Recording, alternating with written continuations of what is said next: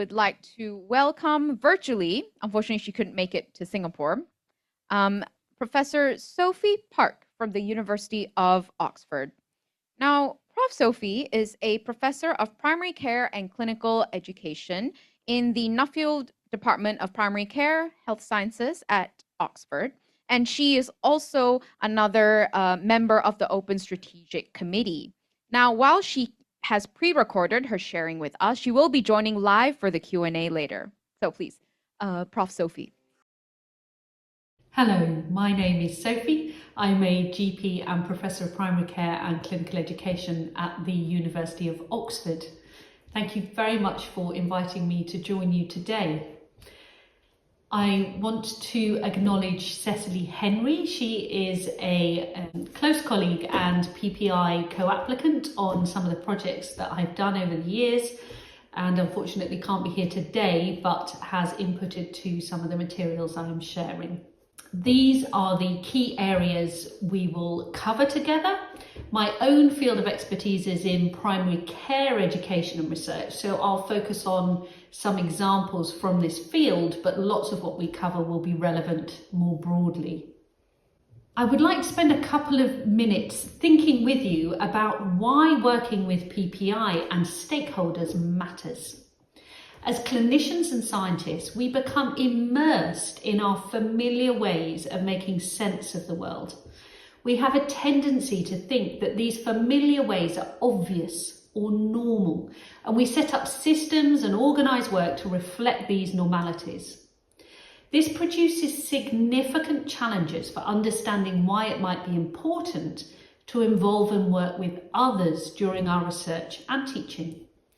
PPI becomes a bolt-on or supplementary piece of work, and its value judged by how relevant contributions are to our pre-existing ways of thinking about a topic or problem.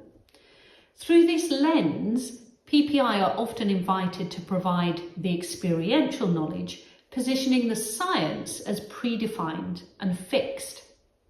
While of course this activity has value, today I will invite you to be more courageous, expansive and ambitious.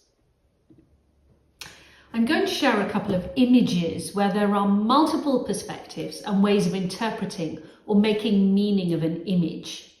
Within these, there is no one right answer. Rather, there might be more than one available way of making sense of something. You're then challenged to think about potential dissonance or alignment between these.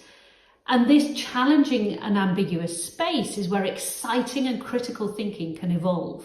If X is looking at it in this way and Y in this, how can we move forwards? In this image, for example, what do you see? Many people who visited this installation felt this enormous spider was terrifying and overwhelming. In fact, the artist had designed this to embody the idea of motherhood. In this installation, the artist invited thousands of people to decorate a sunflower seed. While some people looking at this saw thousands of similar seeds and were drawn to discussions about industrialization and standardization, others saw this as micro examples of resistance, each seed being different and contributing to the whole. This picture is interpreted by many as a powerful indictment of war and a symbolic protest for peace. Elements of the painting mean different things to different people. So, for example, the bull for some represents the Spanish people, for others, cruelty of war. The horse for some represents the Republican Guernica people, while for others it represents those who suffer in war. This process of appreciating a range of perspectives and possible interpretations can be very challenging when it comes to our education and research. We've spent years building expertise in particular methods and normalised particular ways of producing and making sense of knowledge.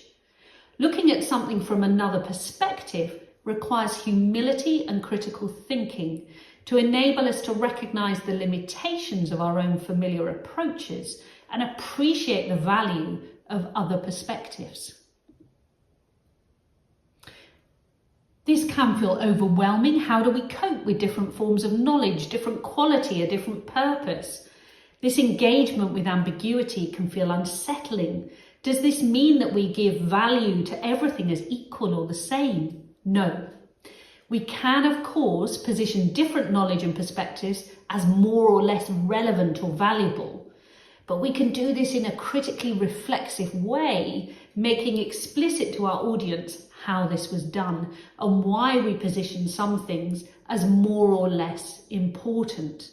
So moving from a position where there is absolute truth, I disagree, so you were wrong, through to there being a multiplicity of competing solutions, but no construction of critical hierarchy or appraisal between them, through to relativism where we can differentiate between different beliefs and judgments and develop a sense of internal coherence, and finally develop the capacity to process this in our implementation and implications. In research and clinical education, we tend to position a patient's story as the experience juxtaposing the science. This polarization of different forms of knowledge can be unhelpful to both us and patients. We as scientists also bring experiences to our work, which might motivate a particular focus on a topic or a research question. And indeed, patients are often very familiar with aspects of science relevant to their conditions. But if we want to include a range of knowledge as relevant to a particular problem, then we often need to provide more support for some to participate than others. You'll be familiar with this distinction between equality, the same for all, and equity, where some people require more support to participate than others. And I'd like us to think about this in relation to PPI today.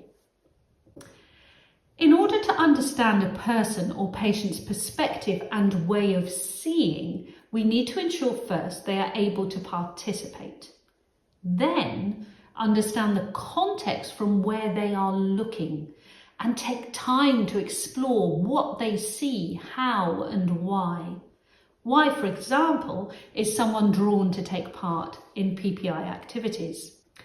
Cecily, for example, talks about how as a Black woman, she felt terrified listening to all the information about her health and increased risks when she was pregnant. Am I going to die?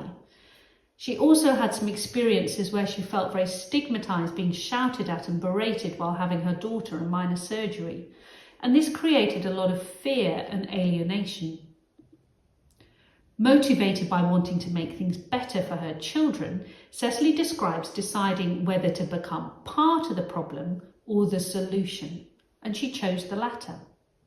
She's now part of the Leicester Research Support Service, a patient educator for Warwick Medical School, and a collaborator with our NHR Incubator for Clinical Education Research. To use her cooking analogy, if the food being served is inadequate, you can walk away, you can eat what's served and get food poisoning, or you can get into the kitchen and help the cook to learn how to make the food better. But even when people are courageous enough to come and help in the kitchen, their involvement in research is often superficial or meaningless because the existing structures and culture are not yet flexible or inclusive enough. Here is an example of a behaviour which has become disconnected from the values-based intention. It was only day surgery, but I was still scared. As the anaesthetic registrar walked me down to theatre, she suddenly said, "I forgot to ask, what matters to you?" At that moment, all I could answer was not dying. It wasn't why I was there, it wasn't the outcome I wanted, or even the things in life that mattered to me most. The answer was a product of the timing and environment, and in that way, in that instance, it was meaningless. Similarly, many cumbersome measures of personalised care undermine what they purport to achieve. As Don Berwick would say, hitting the target, but missing the point. So how do we ensure our interactions with PPI are constructive? All of these activities have potential benefits and opportunities, ranging from informing activities through to co-production, collaboration and empowerment. But it's important to think about the extent of power sharing that happens in each and how that enables or limits interactions and exchange of particular knowledge. Social accountability in clinical education has long been supported by the World Health Organization, but it's taken a long time to establish. Angela Towell from Vancouver developed a taxonomy of patient and public involvement in clinical education. She describes the range of ways PPI can become involved, from operational through to strategic, and how this enables different opportunities for the extent of patient contact, agency, involvement in planning, and evidence of institutional commitment. In research, there are lots of different points in the process at which PPI can become involved in the research, from suggesting topics and research questions, through to thinking about the methods and whether they feel ethical, helping with information for patient participants, supporting interpretation of the analysis, dissemination and communication to different audiences, and then actually supporting the accountability of the research, keeping on track and working with the researchers to evaluate how the research is done. PPI partnership doesn't need to be limited to certain methods, and we can see here a range of different approaches, from explanatory to translational, evaluative and descriptive research, all very possible to involve PPI in the process to integrate and apply knowledge together, from formulation of something as a problem through to deciding on a best fit approach, interpreting data and disseminating findings. One of the perennial challenges we face is that PPI is often very valuable at the very early stages of research, when we often don't have formal funding and so need other support to ensure that PPI are possible to involve at that stage. So what is PPI in clinical education research? Well, there are a myriad of definitions. Some mean anyone with experiential knowledge, professionals, stakeholders, public. Others mean specifically patients or users, public. So in some literature, you come across students, learners and teachers being referred to as PPI, and in others they're called stakeholders. Often the term PPI is used as a verb to mean the process of involving others. At other times it's used as a noun to refer to working with someone in a PPI role. If we consider clinical education research, there are multiple different perspectives we could consider and include as involved people or end users. Clinical education embraces a wide range of different contexts, learner groups and phenomena. Here we see a range from undergraduate, postgraduate and professional learning, with different balances at each point between classroom and service-based learning. Some studies might be direct, explicit study of student learning, through to others being in less obvious areas which interlock with clinical practice, such as workforce, learning in the clinical workplace, or exploring what knowledge from clinical practice students need to learn. In clinical education, patients might be involved in a clinical setting or the university campus. They might be a current patient, past patient, even a simulated patient. And indeed, professionals might bring their own experience as patients, carers or relatives. So public members might not know what clinical education is and what it involves, and it's important to consider what experiences are important to your project when you recruit or invite PPI to participate. This table is from a recent Canadian study. It was an international survey which mapped reported PPI in medical education research. It shows a range of ways in which PPI have been involved, but also that PPI is not yet consistently established across medical education research. So how can we get started? Focus on building and sustaining trusting, respectful relationships. Pace yourself, start small, recognise that it takes time to reach a sense of shared relevance and understanding about what matters for this project. Recognise that not everything that emerges in your conversations will be possible to include in this project.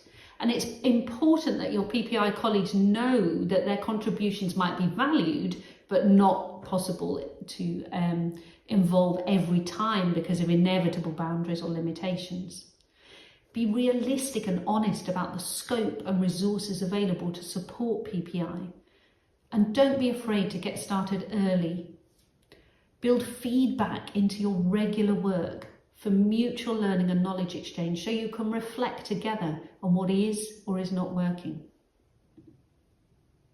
There's no one right way to operationalise or do PPI, but this top factor is paramount, making PPI feel valued.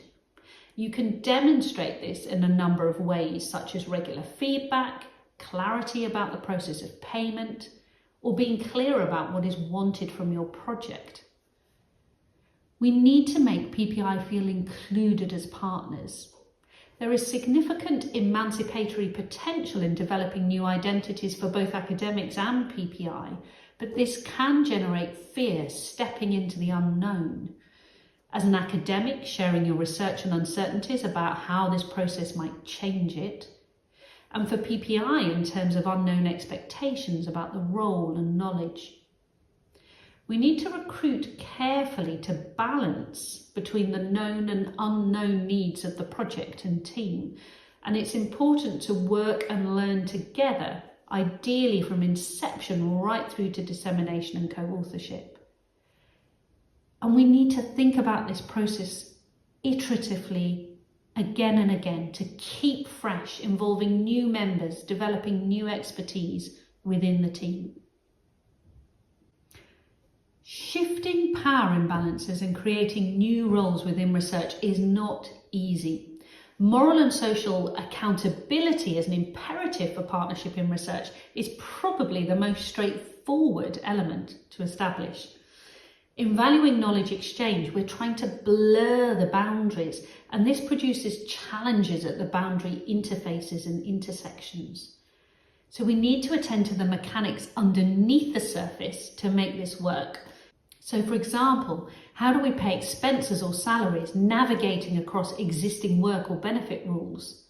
Do we pay the same or differently for patients and professional workers?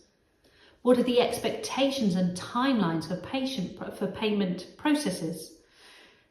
And what are the expectations for how often we'll meet and the available preparation, training and debrief time? These require PPI and academic co-leads to work together, and it needs significant time and emotional labour and investment to support this. Institutional governance can be challenging. IT, for example, access to documents to collaborate on, or email sharing, or physical access to a building. As co-workers, we need to help each other to feel valued and balance the power relations. So for example, when Cecily and I have worked on slides together before, we both have different sorts of software. So we need to think creatively about how to work together in a meaningful way so that we don't just deliver two separate talks. There are several elements now recognised to enable good involvement, and this document embedding UK standards for PPI strategy is one example of a robust framework for meaningful involvement, and you can read more about this. I'm going to share 3 examples of projects where we've worked with PPI as co-applicants and as broader PPI groups, just to show how this has shifted the focus or the analysis within the project. So the first project was a best evidence in medical education systematic review about undergraduate general practice medical education. Our research team from the outset included PPI and student representatives. One key element of the initial analysis was the idea of brokering, and our research highlighted the role of the GP tutor in facilitating this. We did a second study called PatMed, which extended the results of this review. We invited patient and student perspectives to respond to and extend our initial analytical framework. We then used these responses to further refine our recommendations for policy and practice. So this, for example, highlighted the importance of space and related power relations for meaningful consent. So patients and students preferred this to be outside of the GP consulting room. And we also extended the idea of the potential for patient and students to broker teaching interactions in addition to the GP. This second project, funded by the School of Primary Care Research, we looked at collaborative and integrated working between general practices and community pharmacies. Our PPI co-applicants guided a key focus on supporting patient engagement and involvement in this process. We were able to proactively look into the data at examples of the patient as a user or mediator playing a role moving back and forth between the GP and community pharmacy, and to consider the context in which this was possible or not, such as remote pharmacies or nearby pharmacies, and how health literacy played a role in this mediation. The last study, we've been looking at factors which support a sustainable GP workforce and deliver equitable and effective patient care. We have PPI co-applicants as well as consulting a broader group, and important contributions have included the PPI highlighting the reciprocal relationship between a sustainable workforce and the sort of patient care delivered. This has led us to look not just at patient care as a homogeneous entity, but how equitable care can be achieved. During the analysis, a PPI co-applicant asked about patients looking after their GPs. This question helped us to examine the literature about patient demand differently and to see how demand might not be fixed, but more dynamic and a process of negotiation and social interactions, building on patient relationships with their GP and practices. So this was an idea of mutual care that emerged and opportunities for knowledge exchange to enhance this. We're now extending this project with a Point of Care Foundation Fellowship, producing a verbatim piece of theatre about this element of the analysis to share with the public. Our incubator in clinical education research has a recently established PPI working group. You'd be very welcome to join. We've got two elements. One is a community of practice for academics interested in this, and the other is building a group of PPI who are able to support clinical education research. So in summary, PPI partnership is in its infancy in clinical education research, but I hope today's talk has begun to help you think about ways of beginning by being mindful of our own preferred perspectives and norms, as well as curious about others, being inclusive and expansive when considering relevance to a study, being realistic about what's possible, and then being adaptive as PPI partnership continues to evolve and strengthen in this field in the future. So thank you for listening, and I look forward to discussion and questions. Thank you.